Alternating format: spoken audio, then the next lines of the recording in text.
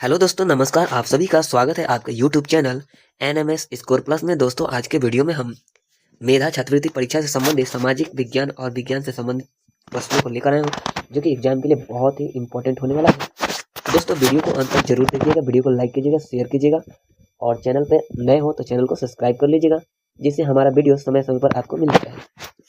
तो चलिए शुरू करते हैं। आज का जो पहला प्रश्न है, पहला यहाँ पे प्रश्न है, जालियांवाला बाग हत्याकांड कब हुआ था? जालियांवाला बाग हत्याकांड कब हुआ था? आपको बताना है 1919, 1920, 1921 या 1925 में। तो दोस्तों, जालियांवाला बाग हत्याकांड जो है वह 1919 को हुआ था। वह कब हुआ था? तो 13 अप्रैल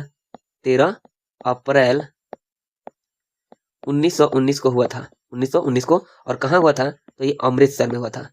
अमृतसर में हुआ था यह 13 अप्रैल 1919 को। इसे याद रखिएगा। अगला जो प्रश्न है, दूसरा जो प्रश्न है, मानव शरीर में रक्त को शुद्ध करने वाला अंग कौन सा है? यानी रक्त को शुद्ध कौन करता है हमारे शरीर में, ये बताना है। जैसे फेफड़ा है, यकृत है, हृदय है या वृक्क जिसको किडनी कहते हैं। तो रक्त को शुद्ध करता है तो कौन करता है? तो रक्त को शुद्ध करने का काम जो है वो वृक्क का है।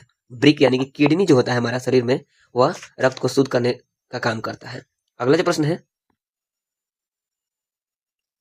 तीसरा जो प्रश्न है, पौधों में भोजन का परिवहन किसके द्वारा होता है? यानी पौधे में जो है भोजन का परिवहन किसके द्वारा किया जाता है? जाइलम है, फ्लोएम है, क्लोरोप्लास्ट या कोशिका भित्ति। तो दोस्तों, इसका राइट आंसर कर लेंगे। फ्लोएम जो होता है वह भोजन का परिवहन करता है। भोजन का परिवहन करता है। जो फ्लोएम होता है वह एक मतलब कि पौधों में सभी जगहों पर भोजन को पहुंचाता है, जैसे जड़ों, पत्तियों, तना, यानी जहां भी जरूरत हो वहां तक भोजन को पहुंचाता है। अगला जो प्रश्न है, अशोक का प्रसिद्ध शिलालेख किस लिपि में लिखा गया है? यानी जो अशोक का जो शिलालेख है वह किस लिपि में लिखा गया है बताना है। जैसे ब्राह्मी है, देवनागरी, खरोष्टी या पाली। तो दोस्तों, इसका राइट आंसर कर लेंगे, वो हो जाएगा ब्राह्मी। ब्राह्मी लिपि में लिखा गया है। अगला जो प्रश्न है, भारत छोड़ो आंदोलन कब हुआ था? ये भारत छोड़ो आंदोलन कब किया गया था? 1920, 1930, 1942 या 1947? तो भारत छोड़ो आंदोलन जो है 1900 कब किया गया था? 42 में किया गया था। 1942 में किया गया था भारत छोड़ो आंदोलन। और कब हुआ था? देखिए 8 अगस्त, डेट भी याद रखेंगे, 8 अगस्त 1942 को भारत छोड़ो आंदोलन शुरू किया गया था। अगला जो प्रश्न है, दोस्तों वीडियो को लाइक कर दीजिएगा और जिस भी प्रश्न का आंसर अगर आप लोग पहले से जान रहे हो तो कमेंट में जरूर बताइएगा। यहाँ पे अगला जो प्रश्न है, भारतीय संविधान कब लागू हुआ? यानी भारत का संविधान कब लागू किया गया था? तो इसका राइट आंसर कर लेंगे, 26 जनवरी 1950 को भारतीय संविधान को लागू किया गया था। अगले प्रश्न की ओर चलते हैं। अगला जो प्रश्न है, सातवां जो प्रश्न है कि औद्योगिक क्रांति का प्रारंभ किस देश में हुआ? औद्योगिक क्रांति का जो प्रारंभ हुआ था किस देश में सबसे पहले किया गया था? तो इसका राइट आंसर याद कर लेंगे। यहाँ पे ब्रिटेन हो जाएगा राइट आंसर। ब्रिटेन में सबसे पहले औद्योगिक क्रांति यह 18वीं 19वीं शताब्दी में किया गया था। अगला जो प्रश्न है, भारत का सबसे बड़ा नदी द्वीप माजुली किस नदी पर स्थित है? यानी माजुली जो है किस नदी पर स्थित है, जो कि विश्व की सबसे बड़ी द्वीप माजुली है। और ये किस नदी पर है? इसका राइट आंसर कर लेंगे, वो हो जाएगा ब्रह्मपुत्र नदी पर। वो हो जाएगा ब्रह्मपुत्र नदी पर। और ये है तो कहाँ है? यानी कि वह असम राज्य में है। भारत के असम राज्य में स्थित है। अगला प्रश्न जो है, मानव शरीर में लाल रक्त कोशिकाओं का निर्माण कहाँ होता है? जो हमारे शरीर में लाल रक्त कोशिका होता है उसका निर्माण कहाँ होता है? यकृत है, अस्थिमज्जा, हृदय या वृक्क? तो लाल रक्त कोशिका निर्माण जो होता है वो अस्थिमज्जा में होता है। ऑप्शन जो है बी राइट आंसर कर लेंगे। ऑप्शन बी को राइट आंसर कर लेंगे। अस्थिमज्जा में लाल रक्त कोशिका का निर्माण होता है। अगले प्रश्न की ओर चलते हैं। अगला प्रश्न है, वायुमंडल की कौन सी परत पृथ्वी पर जीवन के लिए महत्वपूर्ण है? वो कौन सी परत है जो जीवन के लिए महत्वपूर्ण है? तो इसका राइट आंसर कर लेंगे, वो हो जाएगा ट्रोपोस्फियर। ट्रोपोस्फियर ऑप्शन जो है पहला राइट आंसर कर लेंगे। ट्रोपोस्फियर जिसको कहा जाता है क्षोभ मंडल। किसका कहा जाता है? क्षोभ मंडल। हिंदी में क्षोभ मंडल कहा जाता है। इसे याद रखेंगे और यहाँ पे जीवन जीने के लिए महत्वपूर्ण है। अगला जो प्रश्न है, 11वां जो प्रश्न है, भारत में नालंदा विश्वविद्यालय की स्थापना किसने की? यानी नालंदा विश्वविद्यालय की स्थापना जो है कब की गई थी? तो यह 5वीं सदी में की गई थी, 5वीं सदी में। और किसके द्वारा किया गया था? 5वीं सदी याद करेंगे, 5वीं सदी में की गई थी। और किसके द्वारा की गई थी? तो गुप्त वंश के जो कुमार गुप्त थे, कुमार गुप्त, उनके द्वारा किया गया था। गुप्त वंश के राजा कुमार गुप्त के द्वारा नालंदा विश्वविद्यालय की स्थापना की गई थी। अगला जो प्रश्न है, भारतीय राष्ट्रीय कांग्रेस का गठन कब हुआ था? भारतीय राष्ट्रीय कांग्रेस का गठन कब किया गया था? 1875, 1880, 1885 या 1890? तो भारतीय राष्ट्रीय कांग्रेस का गठन जो है 1885 में किया गया था। 1885 में। और कहाँ किया गया था? ये बम्बई में किया गया था। बम्बई, उस समय बम्बई बोला जाता था, अभी मुंबई है। बम्बई में किया गया था। और स्थान भी कभी कभी पूछ लेता है कि किस जगह पे, मतलब बम्बई में कौन से स्थान पे हुआ था, तो उसको याद रखेंगे, गोकुल दास तेजपाल। गोकुल दास तेजपाल संस्कृत महाविद्यालय में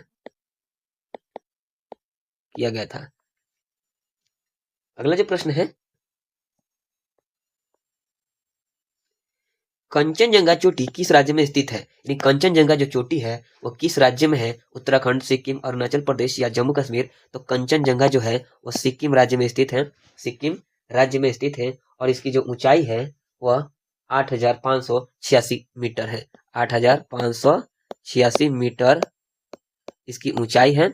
और यह भारत की सबसे ऊंची चोटी है। यह भारत की सबसे ऊंची चोटी में कंचनजंगा है। और इसकी ऊंचाई जो है 8,586 मीटर है। और इसका राइट आंसर कर लेंगे, सिक्किम राज्य में स्थित है।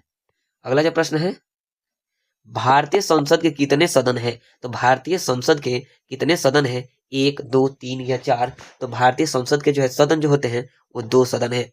एक उच्च सदन है, उच्च सदन, और दूसरा जो है निम्न सदन।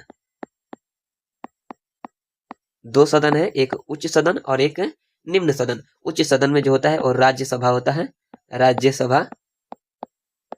और दूसरा जो है निम्न सदन में वह संसद होता है, यानी कि लोकसभा। लोकसभा निम्न सदन है। उच्च सदन में राज्यसभा और निम्न सदन में लोकसभा है। 2 सदन होते हैं, इसे याद रखिएगा, ऑप्शन बी। अगला जो प्रश्न है, भारत के संविधान में नागरिकों के मौलिक अधिकार किस अनुच्छेद में दिए गए हैं? यानी मौलिक अधिकार किस अनुच्छेद में वर्णित है ये बताना है। इसका राइट आंसर कर लेंगे, वो हो जाएगा अनुच्छेद 12 से 35 तक।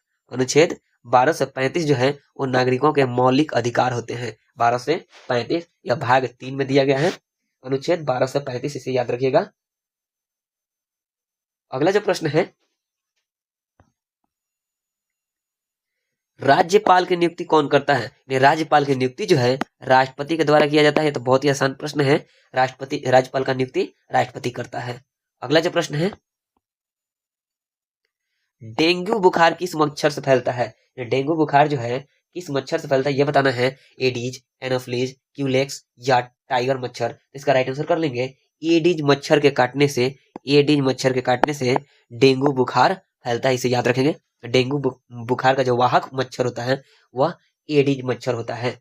ये एनोफ्लीज जो मच्छर होता है, ये एनोफ्लीज यह मलेरिया के लिए उत्तरदायी है। मलेरिया के लिए, इसे भी याद रखिएगा।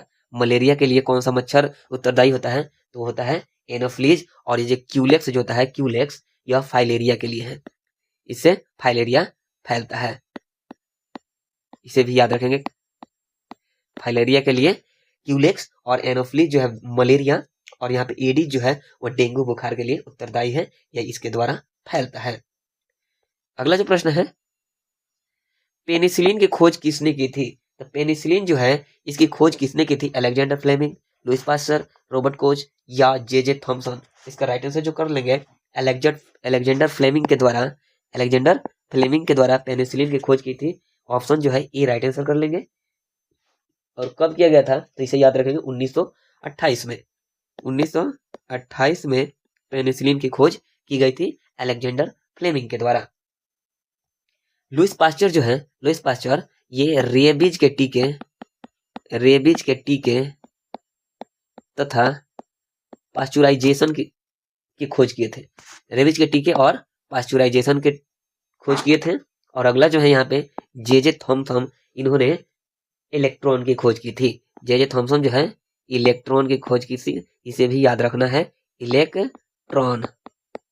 इलेक्ट्रॉन की खोज जे थॉमसन के द्वारा किया गया था। और ये लुईस पास्चर जो है रेबीज के टीके तथा पास्चुराइजेशन का आविष्कारक। और यहाँ पे अलेक्जेंडर फ्लेमिंग जो है वो पेनिसिलिन की खोज। अगला जो प्रश्न है, 1857 के विद्रोह के समय भारत का गवर्नर जनरल कौन था? Lord Dalhousie, Lord Canning, Lord William Bentinck या लॉर्ड रिपन? तो 1857 का जब विद्रोह हुआ था उस समय भारत का जो है गवर्नर जनरल वो लॉर्ड कैनिंग था। ऑप्शन जो है बी राइट आंसर कर लेंगे। लॉर्ड कैनिंग के समय में 1857 का विद्रोह हुआ था। अगला जो प्रश्न है यहाँ पे 20 नंबर अंतिम प्रश्न जो है, हवा में सबसे अधिक मात्रा में कौन सी गैस होती है? यानी हवा में सबसे अधिक मात्रा में कौन सी गैस पाई जाती है? तो याद रखेंगे वो होती है नाइट्रोजन। नाइट्रोजन जो होता है वो 78% होता है। 78% नाइट्रोजन की मात्रा होती है। और ऑक्सीजन की मात्रा जो है वह 21% होती है। 21% ऑक्सीजन की मात्रा और बाकी में सभी होते हैं। तो दोस्तों ये रहा आज का ये 20 प्रश्न। आप लोग का इसमें से कितना सही है आप लोग कमेंट में बताइएगा। और किस तरह का वीडियो बनाया जाए ये भी आप लोग कमेंट में बता सकते हैं। उस तरह का प्रयास किया जाएगा वीडियो बनाने के लिए। तब तक के लिए जय हिंद जय भारत।